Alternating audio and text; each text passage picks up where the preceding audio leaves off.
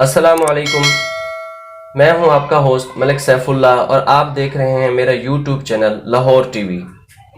دوستو، آج کل ایک نئے کردار سے آپ لوگوں کا تعارف ہوا ہے۔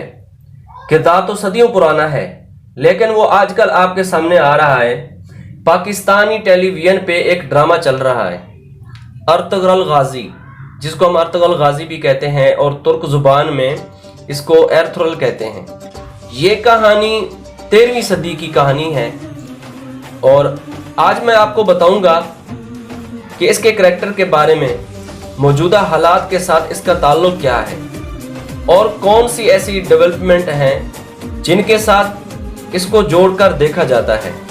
ہماری گورنمنٹ نے یہ ڈرامہ پی ٹی وی پہ چلانے کا فیصلہ کیوں کیا اور اس ڈرامہ سے کن کن کو تکلیف ہو رہی ہے اور جن کو تکلیف ہے وہ کیوں ہے۔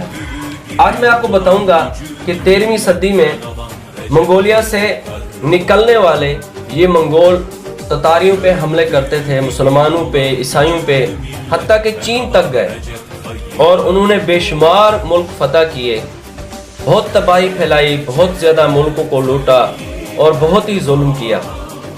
ان کی تباہی جہاں تک گئی، ان میں سے ایک قبیلہ جن کا نام تھا کائی قبیلہ، اور اس قبیلے کے سردار تھے سلمان شاہ اور اس کے 4 بیٹے تھے، اور اس کا جو تیسرے نمبر پہ بیٹا تھا اس کا نام تھا غازی ارطغرل، اور جس کے اوپر یہ ڈرامہ بنا، اور اس کو ترک زبان میں ایرتھرل بھی کہتے ہیں۔ یہ بیٹا سلمان شاہ کے ساتھ 400-500 خاندان کئی قبیلے کے لوگ جو تھے ان کے ساتھ سفر کر رہا تھا دریائے فرات پر، اور دریائے فرات کو کراس کرتے ہوئے جو سلمان شاہ سردار تھا وہ فوت ہو گیا تھا۔ اس کے بعد ارطغرل کو قبیلہ کا سپہ سالار چن لیا گیا۔ کچھ عرصہ بعد اس کے بھائی سب علیحدہ ہو گئے اور یہ چھوٹے بھائی جس کا نام زلجان تھا اس کو لے کے ٹریول کرتا رہا، ترکی کے علاقوں میں جا پہنچا۔ اس ٹائم ترک حکمران رہتے تھے وہاں، اور وہاں کچھ صورتحال بہتر تھی۔ سفر کے دوران جب یہ انقرہ کے جنگلوں سے گزرے تو انہوں نے سامنے ایک وادی میں دیکھا کہ 2 فوجیں آپس میں لڑ رہی تھی۔ ایک فوج سلطان علاؤ الدین کی تھی اور دوسری فوج تتاریوں کی تھی، اور ان کو تتاریوں پہ پہلے بھی غصہ تھا، اور وہاں دیکھا کہ سلطان علاؤ الدین کی فوج ہار رہی ہے۔ تو اس ٹائم ان کے ساتھ سفر میں تقریباً کچھ 440 جانباز تھے، فوجی تھے اس کے ساتھ۔ تو انہوں نے جانبازوں کے ساتھ مل کر اس فوج پر حملہ کر دیا، تتاریوں پہ، اور ایسا حملہ کیا کہ نہ ان سے ڈرے نہ ہی بھاگے وہاں سے، اور انہوں نے علاؤ الدین کی ایک ہاری ہوئی جنگ کو، جو سلطان علاؤ الدین جنگ ہار رہا تھا، ایک ہاری ہوئی جنگ کو جیت میں بدل کے دکھا دیا۔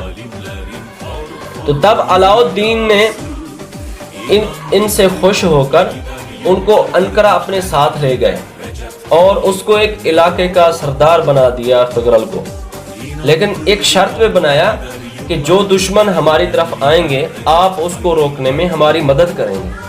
اور ارطغرل نے ایک خواب دیکھا تھا کہ ایک چاند نظر آیا اس کو، ایک بہت بڑا درخت نظر آیا جس کی شاخیں دنیا تک پھیلی ہوئی ہیں۔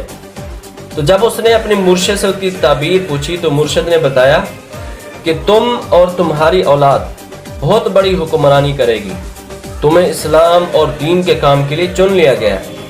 اس نے خواب میں 4 پہاڑ دیکھے، 4 دریا بھی دیکھے، اور انہوں نے 650 سال تک حکومت کی تھی اس کے خاندان نے۔ 650 سال کے بعد پہلی جنگ عظیم ہوئی، اس کے آس پاس ملکوں کو فتح کرتے کرتے ملکوں میں اپنی حکومت بناتے گئے، جو ملک فتح کرتے گئے ان میں اپنی حکومت بناتے گئے، اور ایسا بھی وقت آیا کہ وہ وفات سے پہلے ایک طاقتور بن چکا تھا، اور اپنے بیٹوں میں سے سب سے جو چھوٹا بیٹا تھا جس کا نام عثمان تھا، وہ ایک سچا مسلمان تھا۔ اس نے ارطغرل کی جگہ حکومت سنبھالی، جو بہت عادل تھا، کہتے ہیں اس نے بڑے ہی اچھے فیصلے کیے، اور اس نے فیصلہ کیا کہ وہ خلافت کو زندہ کرے گا دوبارہ۔ اس نے اتنی زیادہ ریاستیں فتح کی کہ ایک دن آیا کہ ان کی حکومت 3 بر اعظم تک پھیل گئی اور انہوں نے 650 سال حکومت کی۔ اس کے بعد ان میں عیاشی، غداری بہت ہی پھیل گئی، جن کی وجہ سے ان کو بہت نقصان ہوا۔ اور ان کی خلافت میں حجاز ان کے پاس تھا۔ حجاز مطلب مکہ مدینہ کے تمام امور ان کے ہاتھ میں تھے، مکہ مدینہ ان کے انڈر تھا۔ اس وقت دنیا میں 40 ملک ایسے تھے جن پہ خلافت عثمانیہ کا کنٹرول تھا۔ یہ بہت ہی طاقتور تھے۔ پہلی جنگ عظیم میں یہ بہت کمزور ہوئے اور اس دور کے سلطان وحید الدین جو تھے ان کو بھی جلا وطن ہونا پڑا۔ پہلی جنگ عظیم میں دنیا 2 حصوں میں تقسیم ہو گئی تھی۔ جس بات کو انہوں نے عام سمجھا ہوا تھا وہ عام نہیں تھی۔ آپ کو میں مختصر بتاتا ہوں کہ بیچ میں کافی معاہدے ہوئے۔ ان 3 بر اعظم پر ان کا جو کنٹرول تھا وہ ایسا بکھرا کہ وہاں سے 40 ملک آزاد ہو گئے۔ ان میں سعودی عرب بھی ہے، ایران بھی ہے، عراق بھی ہے اور بھی کافی ممالک ہیں۔ اور آخر میں جرمنی کی درخواست پر جنگ بندی کی جو فائنل معاہدہ ہوا لوزان میں، تو اس معاہدے میں ترکوں کو بہت نقصان اٹھانا پڑا، ان کے بہت ہی خواب ٹوٹ گئے۔ وہ معاہدہ میں آپ کے سامنے رکھتا ہوں۔ اس معاہدے کے اوپر آج ساری دنیا بخلاہٹ کا شکار ہے کہ خلافت عثمانیہ ختم کر دی جائے گی، جانشین کو ہٹا دیا جائے گا، کچھ سرداروں کو قتل اور کچھ کو قید کر دیا گیا، کچھ کو لاپتہ کر دیا گیا، خلافت کے تمام اثاثے ضبط کر لیے گئے، ترک کو ایک سیکولر ریاست قرار دے دیا گیا، اور یہ طے پا گیا کہ ترکی کے اندر اسلامی قانون نافذ نہیں ہوگا۔ شروع میں یہ بھی طے ہوا کہ وہاں عربی زبان میں اذان بھی نہیں دی جائے گی، اور یہ بھی کہا گیا کہ شریعت کی بات کبھی نہیں کرے گا ترکی۔ اور میں آپ کو بتاؤں کہ سب سے بڑا معاہدہ یہ تھا کہ جو ترک کے لیے بہت ہی بڑا خوفناک تھا کہ وہ اپنے ملک سے معدنیات نہیں نکال سکتے، جو کہ ان کے ملک میں وسیع پیمانے پر موجود ہے، اور پیٹرول کے لیے ڈرلنگ بھی نہیں کر سکتے، انہیں پیٹرول خریدنا پڑے گا۔ فارس ایک بندرگاہ ہے، اس پہ کہا گیا کہ یہاں سے جتنے جہاز گزریں گے ترکی اس سے کوئی ٹیکس وصول نہیں کر سکتا، حالانکہ یہ بندرگاہ دنیا میں ریڑھ کی ہڈی کے مانند ہے، اور یہ معاہدہ عالمی سطح کا تھا، اور اس کی مدت تھی 100 سال، یعنی ترکی 100 سال تک اس معاہدے کی کسی بھی شک کی خلاف ورزی نہیں کر سکتا۔ اور یہ معاہدہ 1923 جولائی میں ہوا تھا، اور اب 2023 میں ترکی ایک آزاد ملک ہو جائے گا۔ اب آزاد ترکی کیا حاصل کرنا چاہتا ہے، یہ آج کا سب سے بڑا سوال۔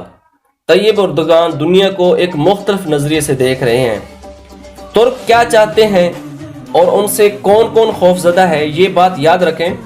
ارطغرل کی کہانی اس وقت دہرایا جانا، لوگ اس کو دیکھیں، وہ اس لیے دہرائی جا رہی ہے کہ لوگ اس کو دیکھیں کہ اور دوبارہ نیت کریں کہ جو ہمارا کھویا ہوا مقام ہے اس کو واپس لانا ہے، اور پورا یورپ اور دنیا میں ایسے مسلم ممالک جن کو بادشاہت ملی ہوئی ہے، جن کے مزے ہیں، وہ اس کے خلاف ہوں گے۔ آپ لوگ دیکھیں گے، کیونکہ ان کو بادشاہت ملی ہوئی ہے، ان کے مزے لگے ہوئے ہیں، وہ کبھی نہیں چاہیں گے کہ ترکی دوبارہ آئے یا خلافت عثمانیہ دوبارہ قائم ہو، اور وہ کبھی نہیں چاہتے کہ مسلمان دوبارہ اکٹھے ہوں۔ جب خلافت عثمانیہ ختم ہو رہی تھی، پوری دنیا میں کسی مسلمان ملک نے آواز نہیں اٹھائی تھی، اور پوری دنیا میں صرف پاکستانیوں نے آواز اٹھائی تھی، اور وہاں جا کے ان کا ساتھ دیا تھا اور شہید ہوئے تھے۔